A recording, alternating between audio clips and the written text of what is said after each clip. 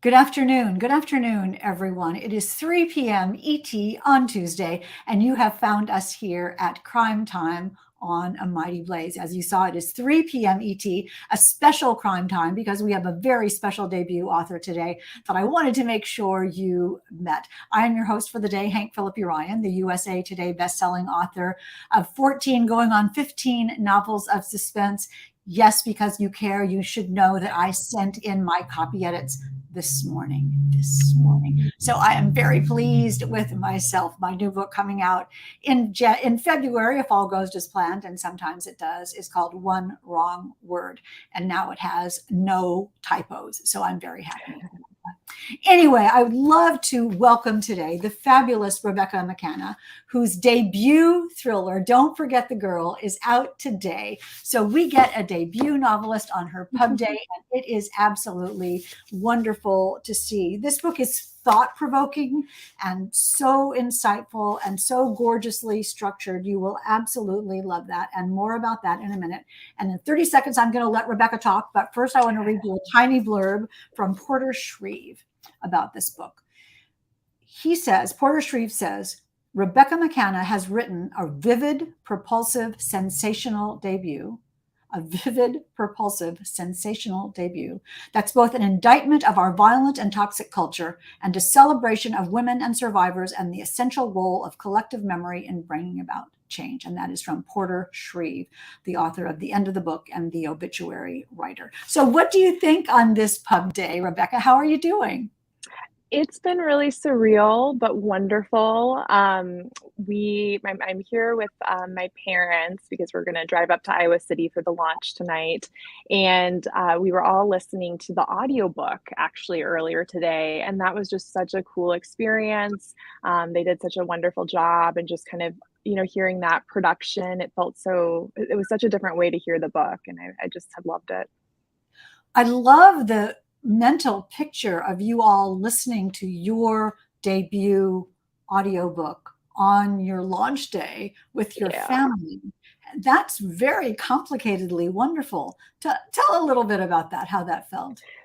It was really sweet. I mean, when I got up this morning, I'm in the guest room and I saw that my dad had saved the receipt from when he went and bought the book. And so it's been very emotional, very sweet. And then it was fun to hear, the narrator and kind of the different voices and talking about how it matched with how we had sort of pictured them or not. But yeah, they've been really supportive, which is nice, because I think that sometimes, you write things and you kind of wonder what family or other people in general are going to think of your kind of deranged mind, but they have been very supportive. Exactly. You don't have a deranged mind. It's clever, wonderful, and I said really thought-provoking. But again, just to push you a little bit on this, probably push your students sometimes. But did it feel like something that you wrote? Did you remember that you wrote it? Do you know what I mean? Yeah, I do know what you mean. And that was, I think, what I loved about it so much. It almost didn't, in a way. And I remember saying to my husband, wow, this sounds like a real book. Because when it is your book, it always feels slightly different. And so to be able to hear it coming out of someone else's mouth kind of does take it away a little bit in a very satisfying way, where you can kind of just listen to it as something maybe separate from you. Yes, I mean, it is a real book. I have it here. I have read this book. I can tell you it's a real book. I think that's so funny, though, because from time to time, I'll have my husband read pages of my new book. And my very question to him when I begin is always, does it sound like a real book? And I mean, isn't that a thing? It's so, well, that makes me feel better that it wasn't just me, but it is a really odd thing where I was just thinking, yeah, it sounds just like something I would listen to this and think that's a book, We should So, talk about that. We should talk about that more as the yeah. interview goes on, because I think that's a moment. Let's do now this debut author moment. Yeah. Has this been something that, and then I'll tell you all about A Mighty Blaze and introduce Rebecca formally, but this is so fascinating to me. Has this been something that you've always wanted to do, or did it come out of the clear blue? I mean, just not the book, you're being a writer. It's interesting because I always like to be a part of stories, but when I was growing up, that was more about play acting, and I did a lot of theater in high school. but then I sort of realized, oh, I don't really like acting. I just like being in stories. And there's another way you can do that. You could write them. And so when that shift kind of came, that was a really great fit. So probably, I don't know, since I was late in high school, early college, this has been something that I've hoped for. Yeah. And it's interesting because when you're in a play, you are inhabiting the characters. And when Yeah. you're in a novel, when you're writing a novel, if you're lucky, you're inhabiting the characters as well. Yes. And it feels weirdly similar to me, when you're really in it, and, like, I think if you've ever done acting and you have a really good scene partner and you're kinda going back and forth and it feels very, like, alive, that feels really similar to as a writer when the characters start doing something you didn't expect and it sort of comes alive, in front of you. Both of those I think are really amazing feelings. No, I agree. And it's interesting when the next day sometimes I'll look back at what I've written and I thought, oh, I I wrote that. That's not terrible. Do you have Yeah. Oh, absolutely. Especially the longer you set something aside, there can be that feeling of like, oh, I don't even remember that, but okay, that's kind of cool. that's kind of Yeah. cool. It's a real Yeah. It's a real book. Don't Forget the Girl by Rebecca McKanna. We were talking about you all. Welcome, welcome, welcome, which is out today. Let me take a minute. When I look over here, you all, I'm looking at the comments. Wow, look at all these comments, and welcome to all of you on video as well. But Sherry Steuben is here, and Susie Baldwin is here, and Renee, and Brenda, and Pamela Fry-Priest, and Robin. And look at all of you people. Darlene, I can't name all of your names because we would be here. Hi, Diane. And we are talking about Don't Forget the Girl by Rebecca McKanna. If you are new to Crime Time on A Mighty Blaze, welcome. We are so thrilled to see you. We love new people and we love our veteran viewers, watchers as well. You know that A Mighty Blaze was started at the beginning of the pandemic, which I was just thinking about how much we've been through over the past 3 years. But Jenna Blum and Caroline Levitt started Crime Time at A Mighty Blaze 3 years ago to keep us reading and keep us connecting and keep us learning about new books and discovering new authors. And that is exactly why we persevered and why we're here today talking about Don't Forget the Girl by Rebecca McKanna. Quickly, since she is a debut author, hooray, let me tell you a little bit about Rebecca and then I will let her talk. I know you're like, stop talking, Hank, let her talk. And I promise I will. Rebecca McKanna was born and raised in Iowa, where she is right now for her launch. Her debut novel, Don't Forget the Girl, by Source Books, was published today. The book's TV film rights have been optioned by Heyday Films. And when you read Don't Forget the Girl, you will absolutely envision that movie. The book is so cinematic. I cannot wait to see it. But it was written to be a book, and it's a wonderful book, so we can read that right now. Her short stories have been anthologized in Best American Mystery Stories 2019 and recognized as distinguished in the Best American Short Stories 2019. She has been published in Colorado Review, Michigan Quarterly Review, The Rumpus, McSweeney's Internet Tendency, Third Coast, Joyland, and is one of Narrative Stories of the Week, among other publications. She is an associate professor of English at the University of Indianapolis, my hometown. She lives in Indianapolis with her husband and a mini schnauzer named Hans Gruber. And I thought, where do I know that name? And it's Die Hard, right? Is that the guy? Yes. Yep. Alan Rickman and Die Hard.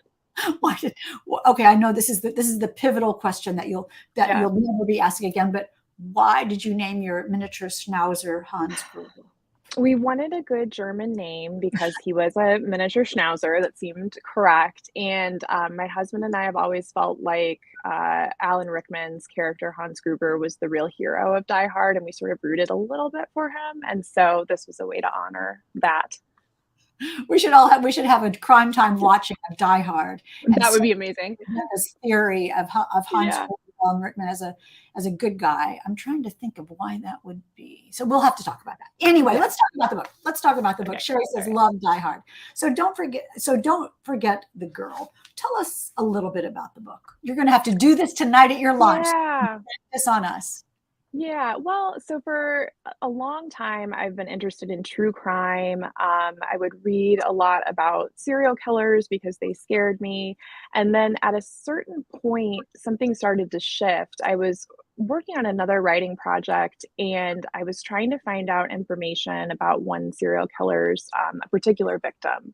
And there was just no information about her. And I even requested microfilm from Interlibrary Loan, went through that, and I remember leaving the library and just being really almost angry that this person, there's not really that much of a record. And there were just the basics of like age, where they were from, occupation. And that for these serial killers, I could probably find out any pets' names that they had, like any detail is out there because they're just so. Such a source of fascination and kind of glamour for us. And so that sort of shifted the way I started to think about true crime. And it also sort of shaped the way that I wrote this book, where I wanted to have a victim that is given more of a voice and it's more of a focus on that story. Did it make you sad to think that she had essentially vanished? It made me more angry because it felt like that is so deeply unfair, that he gets to be the story and she can't be the story. But it did make me sad for her family because I thought how painful that must be to have to, see this loved one overshadowed in that way. I love what you said about she doesn't get to be the story. So you Yeah. decided that in your book, Don't Forget the Girl, you would not forget the girl Yeah. and give her a story. Talk a little bit about that. Yeah, I mean, I think even, one of her friends talks about that and sort of says she was never meant to be this minor character in someone else's story. She was had this big personality, and she was meant to be the sort of the main character, the focus. And I think that, grief is so complicated, as anyone knows, and there's so many kind of different things and ways that we grieve. And I just thought, wow, how complicated to have that kind of grief on top of everything else, where you're grieving their very memory and what is being done with it. Oh, that is really fascinating. I'm going to put that on hold for 1 second because I want to let all of the people look at so many people are coming. Welcome, welcome, welcome to all of you. And so many questions are coming through too. Just give us the sort of nuts and bolts of the plot. So since Yeah. nobody's read this yet, it's brand new, out today. Don't Forget the Girl. Tell us just a little bit about what the story is about, and then we'll go on to talk about your marvelous themes and structure. Sure. So it follows three friends. One of them is presumed to have been the victim of a serial killer, Abby. And we get her perspective back in 2003 when the girls were college freshmen. And then we also have a timeline with her two best friends 12 years later, so in 2015. And they're adults, they're dealing with what happened to their friend, that trauma, but they're also facing this sort of media circus because that suspected killer is about to be executed. And now the Netflix docu-series is happening, and there's all sorts of attention paid to him. And so all of that trauma is being brought up again for them. They're seeing their friend overshadowed. And the two girls, really were not able to stay close to each other after everything that happened. And so in the present, one of the questions is sort of, can they find their way back to each other as they navigate all these other sort of secrets? And can they sort of figure out what happened to Abby once and for all? And I love how you plumb the intricacies and secrets of friendship and what that means as it evolves, especially between women over the years. Talk a little bit about why that's an important theme. Yeah, I think I'm an only child, so I don't have sisters or siblings. And so I think that my female friendships have been incredibly important in that way. And I'm really lucky that I have friends who, like, I'm going to go see tonight, a woman who I've been friends with since we were, 12 years old. And to see how those relationships change, how complicated they can be, and how you're different people obviously throughout your life, and to hold on to a friendship, you have to, give that space to those different versions of yourself. Oh, And so I also just really love the idea of playing with that. Like, can these women as adults sort of find that space for each other? yes, and that's wonderful. Sherry's saying, I'm so happy to hear about this book today, which reminds me, Sherry, and all of you, that Rebecca and Source Books are giving away a copy of this book. Not this one, I'm keeping this one. Giving away a copy of this book to one lucky commenter. So leave a question, leave a comment, leave just general congratulations or adulations or applause or whatever you want to do for the fabulous debut author, Rebecca McKanna, and you will be entered to win a copy of Don't Forget the Girl.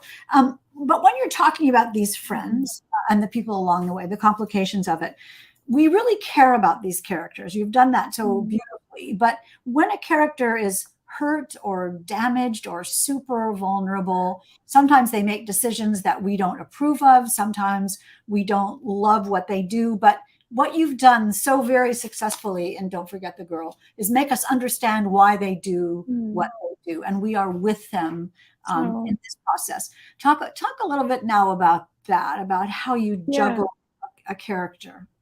Well, first, that's just really nice to hear. So thank you so much, because I deeply love these characters, even though I know that they, they make all sorts of mistakes, and are certainly not perfect people. But I think for me, I had to spend a really long time with them. Before the book became a novel, I wrote it as a linked short story collection. And so some of those characters I've been writing about for a really long time. And to sort of, we're all so complicated as people, and we all have such weird contradictions and things like that. But I think my hope is, if we really got to know each other, we would sort of see, oh, that's why she does that. That's why, this thing that seems maybe unpleasant or like a bad decision, this is what in her past or her kind of psychology makes her do that. And so in writing different short stories and just really being with these characters for so long, I was hopefully able to kind of capture that. And it's fascinating because now I see, I think, in your press materials, there was a line that I don't think I've ever seen in any other press materials, which said something like how you hope readers will relate to this so that they would lead more empathetic lives. And that really touched me. Is that what you're talking about here? Yeah, I mean, in teaching college literature courses, there is sort of this question, especially now, there's so many questions about why are we going to make an engineer, take a literature course? What is the point of that? And I do think, hopefully at its best, literature is about empathy and about reading about perspectives and people who are different than you, but there's maybe this like emotional hinge that it's very different circumstances, but you can sort of still feel that feeling. And so, yeah, if this book is able to do that, that would be absolutely amazing. I mean, I think that anyone who reads this book, and let me show it not more than one time, but one more time right now. Don't Forget the Girl by Rebecca McKanna, which is debut novel that is out today. I'm looking for my words here. I know I have this. I think that when we watch stories now, news stories, or read stories in the newspaper or watch them on TV about victims of serial killers or any kind of crime, that your book gives us a template to think about the victims and the real people who are involved. And I think one of the reasons we write is to change the world a little bit, not necessarily in a huge way, but in a little individual kind of meaningful way. Do you think about that? Yeah, I do. I teach, one of the classes I teach is a Midwestern crime literature class, and it's for first year students. And so this fall, when I taught it, everything was happening with the Dahmer TV series and these questions about that portrayal and what the family was feeling. And it just led to some really great conversations. And students certainly didn't all agree that, the portrayal of these family members was, unethical. There were all sorts of different opinions on it, but they were really great conversations. And I think it's something that I didn't set out to really address in the book, but I think in sort of falling in love with this character who ended up being a victim, it made me feel, I think, maybe more strongly about the issue. Did your students know you were writing this book or that this book was coming out when you were having this conversation? No. No. No, they didn't. They didn't. I did write they did know, because I think one of them, like, Googled me or something. They did know I had written, an opinion piece for the New York Daily News about the Dahmer series and about victims, loved ones, and kind of the impact of true crime on them, but that was about it. They didn't know about the book. Oh, that's great. That'll be fun for future discussions. Yes. That'll be even more fun and more enlightening. So let's talk about true crime and how we see true crime, because that is such a focus of Don't Forget the Girl. You're balancing this public fascination with true crime and how some people decide that, oh, it's enlightening, or oh, there's even closure, or even we can change as a result, with this sort of, or even a way of understanding, with this sort of inevitable sort of lascivious desire to see creepy bad things that didn't happen to you. Talk a little bit about that balance and how you think about that. Yeah. Well, I think the first thing I wanna say is, like, this does not come from a place of judgment other than maybe self-judgment. I have been someone who watched a lot of true crime and did seek things out, and the way that you phrased it just now, I think was really, really good, really apt, because I think it was that sort of impulse that led me to be a little bit self-critical or sort of question, why are you seeking this out? Like, what is this about? And I didn't always love the answer that I was sort of giving myself. It was sort of a, voyeurism a little bit sometimes. And I think with anything with horror movies, too, there is a feeling of wanting to be afraid, but in a safe setting. And I think that that's normal, that's human. But I think true crime feels particularly complicated or kind of ethically fraught because there are real people at the core of this, and some of them are still living or they have loved ones who are still living. And so that, I think, just really adds a layer of kind of proceeding maybe with caution.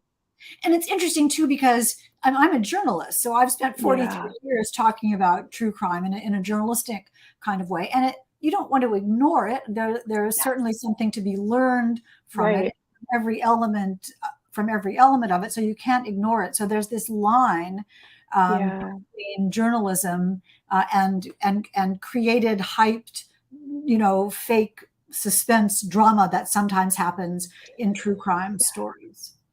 Yeah, I think it must be so interesting for you as a journalist because I don't know, to me, the way that they sometimes seem very different is, to me, a journalist is someone who is going out, doing the interviews, checking the facts, kind of this pursuit of truth, trying to sort of, tell this story for public good, the fourth estate, etc.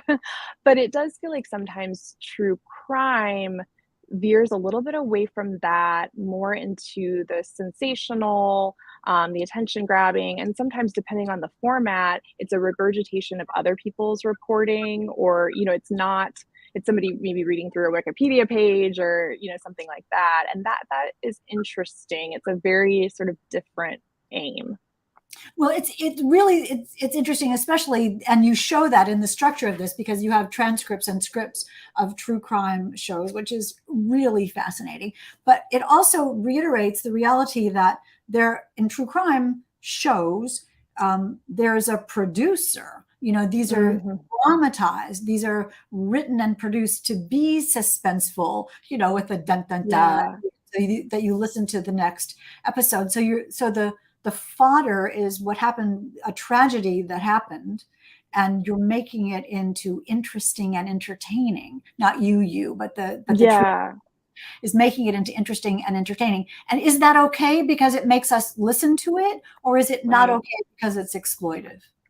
Yeah, I think it's one of those things where it doesn't feel like I think what's so thorny about it and what led to such interesting conversations in my class was that I don't know that there is a right answer, There isn't necessarily this is good, this is bad.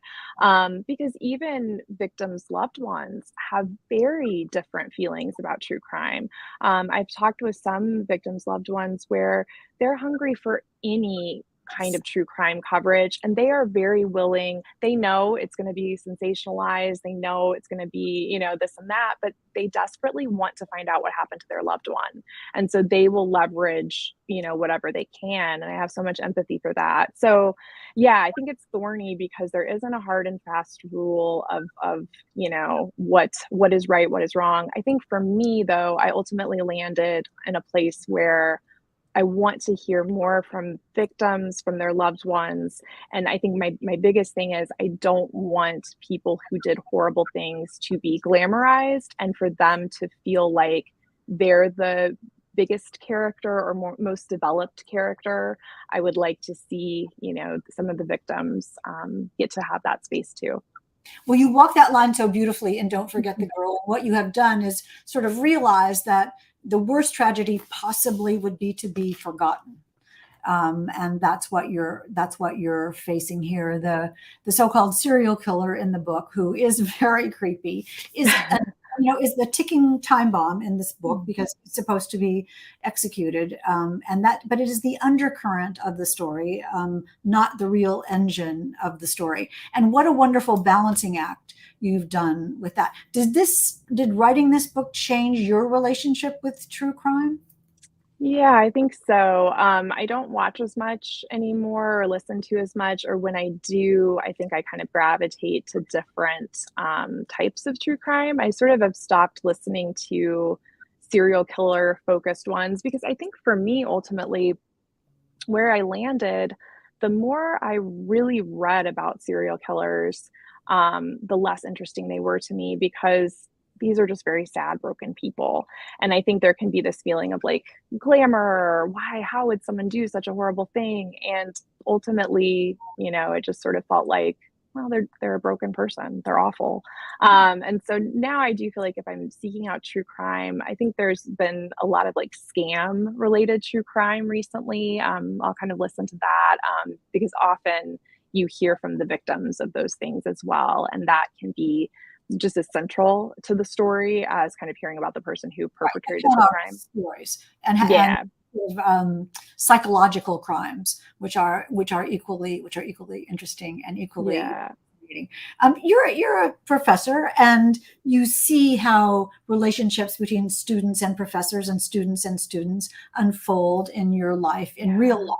How did you take those experiences to make the students and professors in Don't Forget the Girl be so realistic and so understandable?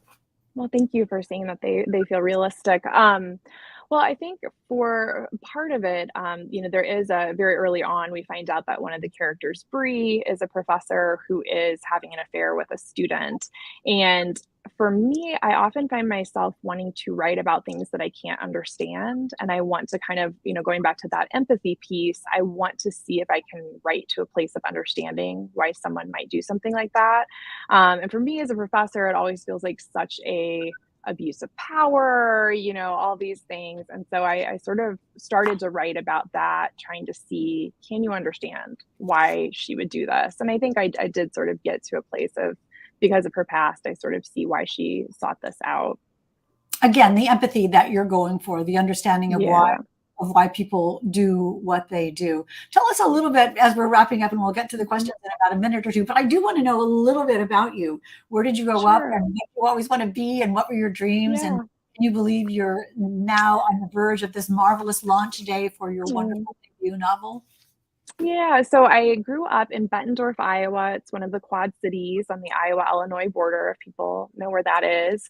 And then I went to the University of Iowa, so that is why it is featured prominently in the book. I spent 4 years there studying journalism and psychology. I wanted desperately to be a fiction writer during that time, but I was very Midwest practical, and I thought, well, I'll be a reporter, not knowing that in 2008 when I graduated, that journalism as an industry would have a lot of turmoil of its own.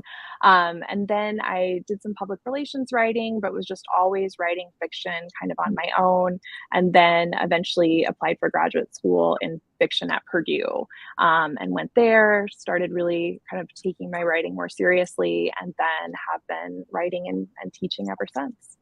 That's amazing. Well, congratulations on this. Thank you. It's a marvelous novel about grief and friendship and healing and empowerment, and how our lives can change and how we can maybe get control of them a little bit, even after a terrible tragedy. And truth. It's about truth and justice. I always, as a reporter, I always think there are three sides to every story: yours, mine, and the truth. And somewhere in there, I mean, let me ask you this. I mean, the idea of writing about true crime seems like such a puzzle, because how do we know what's true? And what does true even mean? Oh, I love that question. It's a question when I teach Intro to Creative Writing, we'll have a creative nonfiction unit where students are writing memoir. And that's such a big question. Like, what is truth? Your truth is not going to be your sister's truth. What does that mean for you having the authority to tell this story? I think it's so complicated, but that's probably why I was sort of drawn to it. And one of the things that you do so powerfully too in your book is bring up the idea of how we protect the memory of someone who's gone. We make them be the way we wanted them to be. Yeah. That may not be true either. Yeah, I've seen that with, with family members, with loved ones. Everyone is very attached to sort of their narrative of who the person was. Yeah, and those can obviously kind of intersect sometimes. And it's wonderful to read. I hope you all will read Don't Forget the Girl. And as I said, one of you will win a copy of this novel. The rest of you are going to run, and click and go get this, because you do not want to miss it. I think, Chuck, in the back room, we can take some questions now. Renee says, Renee on Pub Day says, what do you plan on writing next? Will it be based on a true crime? It's a great question, and it's an irresistible question. We're sorry to ask you on Pub Day. We want to let you revel in that. But do you have something else in the works? I do. I'm actually kind of going back and forth between two books. I think it's because I don't quite want to commit yet, knowing kind of the long haul. One is more of a revenge story, and the other is still sort of thriller adjacent, but maybe with a little bit of horror. There might be a little supernatural going on. So yeah, I'm kind of playing with both of those. Those are two very different things. Yes. You introduce the supernatural element. You've yes. got something else going on. Darlene says, how do you pick your characters' names? Oh, that's a great question. Well, some of them I use real people's names as placeholders, and then I have to, at the very end, go back and change them. And usually when I'm doing that, I will just do like a baby name website, or I will Google common male names in the Midwest in this year or something. So yeah, usually they're not usually that exciting, just kind of a baby name generator. It's funny, and this, I hope I don't distract you all from this, but in my book, The House Guest, I couldn't figure out, I was trying to describe to my agent what was happening, and I didn't have any characters' names. So I just called them A, B, and C. I just called them character A, character B, and character C. So then I was writing the book, I thought, well, that still kind of works. So now I have Alyssa, Bree, Colin, and Des. And when I read your book, I thought, here's ABC. That's amazing. But you didn't do that, right? You didn't do it by ABC. No, I did not do that. I think at one point I realized, they are A, B, and C, so they should kind of call their friend group that. Yeah. Yeah. I mean, I thought that was cool. I mean, it was really cool, because it is something that real people, when they recognize that in their companions, would say, we should do this. We should just own this. So right. I like that, but I laughed personally at that. Who else has a question? Do you participate in oh yes, great question, Renee. Do you participate in any podcast, and would you like to? So I was interviewed for the writer's routine with Dan Simpson, so that will be coming out soon. And then I think there are a couple more podcasts that have reached out about doing interviews. So I enjoy it. I'm open to it, but I've never hosted one or thought about that. But what about true crime podcasts? Have you ever commented on? I have listened to some. There's one particular one that sort of satirized in the book. Some of the ones that I listen to, I think are great, and I think they do a wonderful job of kind of raising awareness about crime. And then there are other ones that I think are a little bit sometimes disrespectful to the victims, or kind of gloss over their experiences. And I always sort of think like, if you were a family member, what would you think of listening to this? And that kind of helps guide if I want to seek that out again. And no one who reads this book will ever listen to a true crime podcast without thinking, what will the family of the victims think? And that is a wonderful boon that you've done for all of us. And you who are going to read this book, and I know you all will have fun looking at the transcripts and the presentation of the structure of how Rebecca deals with true crime shows. And that is quite amazing. Do we have time for one last question, Chuck, maybe? Do you enjoy being a professor? What a good question. Do you plan on continuing to work as a professor or work full-time as a novelist? I do plan on continuing as a professor. I do enjoy it. I love working with the students. I do find, though, that it is incredibly emotionally draining, just because there is a lot of kind of emotional labor and trying to, you care about students and you want them to succeed. So I do find that my writing is like the most sort of productive in summers and on breaks. And I have to sort of be understanding of myself that in the height of the semester, I might not be kind of producing quite as much. Well, it's a juggle that we learn to do and make the decisions along. It's really hard to predict what the universe is going to offer us. It's interesting. Somebody was asking Sherry, and this sounds like a good last question. Sherry Steuben says, how are you celebrating besides your launch tonight? So, like I said, I'm from Iowa, went to the University of Iowa, and I am so lucky that I am having friends that I've known for forever come to tonight's reading, and we are going to go out in Iowa City afterward, and it is going to be nostalgic and just absolutely wonderful. So, yeah. That's so great. They are going to be so proud of you, and I hope you post pictures on Instagram and Facebook and everywhere. I will. Because this is an absolute once in a lifetime. I mean, there's only one launch of a debut novel, and you have hit it out of the ballpark with Don't Forget the Girl. Let's spin the wheel of fun and see what lucky reader will win a copy of this novel. And we will spin now. Wait till you see this, Rebecca. This is pretty awesome. Here are all the people who came, and the winner is, I keep wanting to hum during this. I think we should have music. And the winner is Brenda Gaskell. That's so great. Brenda comes to Crime Time all the time, and I'm delighted to be able to send you this. So Brenda, you know the deal. You send me your email. We'll put that up on the screen, and I will get you your book. I will get the executive producer to call Rebecca's publisher to call Rebecca to send the book, and we will get it to you. We promise. That's great. Rebecca, thank you for being. Thank you. I'll give you the second to last word. How does it feel on your launch day to be talking to these wonderful new fans? This was absolutely wonderful. I could not think of a better way to spend the afternoon. You were wonderful, and it's just lovely to connect with all of you. You too, as well. We loved it. Congratulations on this marvelous book. Before you go, you all, let me quickly tell you, I'm reaching over here. You have 15 minutes. Go get a cup of coffee, go get a cup of tea, I think it's too early for wine, but it depends on where you are. And come back at 4 o'clock ET, because I will be talking to Melissa Adelman, whose new book, What the Neighbors Saw, is out right now. This is Desperate Housewives meets the couple next door. So it's great. It's terrific. And we'll have a lot of fun talking to Melissa. But meanwhile, that sounds amazing. And I love the title. The title is great. Let's go back really quickly. Your title, was that the instant title? Was it always the title? No, and I am so grateful to Sourcebooks. The wonderful folks there actually came up with the title. We had several working titles, and then they did some brainstorming. And when they came to us with that one, I just thought, oh, wow, you knocked it out of the park. That's exactly it. And there's some accolades in the comments, which I hope you'll go back and look at when you have time, talking about how wonderful the cover is, which indeed it is. It's lovely. We love Sourcebooks too. They're great. They are. Anyway, I will let you go. I will let you all of you readers go and get whatever you need. Comforter, I know this, a pillow, something to relax, and we will see you at 4 o'clock ET for our next book. And remember, until then, let me tell you one more thing. I forgot.